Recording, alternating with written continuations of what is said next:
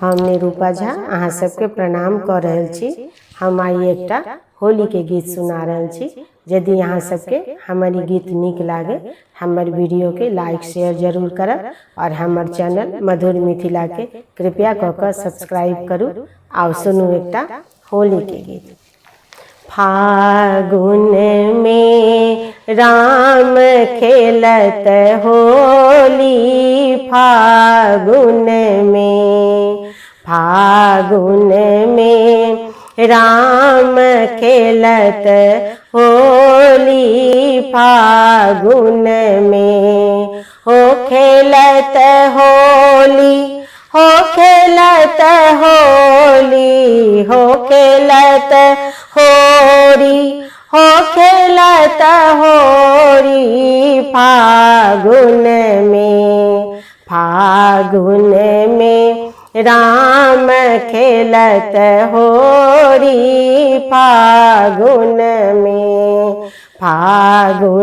में राम खेलत होरी, फागुन में किनका के हाथ कनक पिचकारी, किनका के हाथ कनक पिचकारी, किनका के हाथ अबीर झोरी, हो किनका के हाथ अबीर झोरी, फागुन में राम खेलत होरी, फागुन में हो खेलत होरी, हो खेलत होरी, हो खेलत होली, हो खेलत होली, फागुन में राम खेलत होली, फागुन में राम जी के हाथ कनक पिचकारी, राम जी के हाथ कनक पिचकारी, सिया जी के हाथ अबीर झोरी, हो सिया जी के हाथ अबीर झोरी, होरी में राम खेलत होरी, फागुन में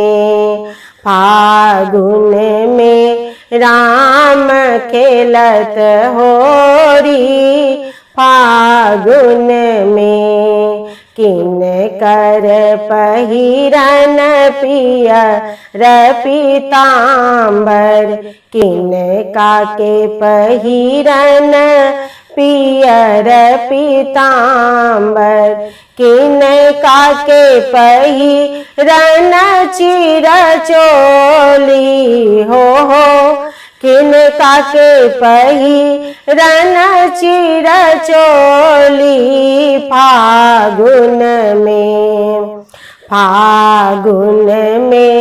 राम खेलत होली, फागुन में हो खेलत होली, हो खेलत होली, हो खेलत होली, हो खेलत होली, फागुन में राम खेलत होली, फागुन में राम जी के पहिरन पियर पीतांबर, राम जी के पहिरन पियर पीतांबर, सीता जी के पहिरन चिर चोली, हो सीता जी के पहिरन चिर चोली, होली में फागुन में राम खेलत होरी फागुन में।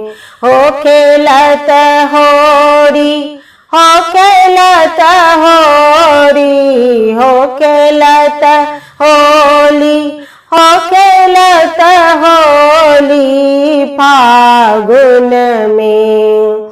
फागुन में राम खेलत होली फागुन में। फागुन में राम खेलत होली फागुन में। हो खेलत होली, हो खेलत होली, हो खेलत होरी, हो खेलत होरी फागुन में। फागुन में राम खेलत होरी फागुन में। फागुन में राम खेलत होरी फागुन में।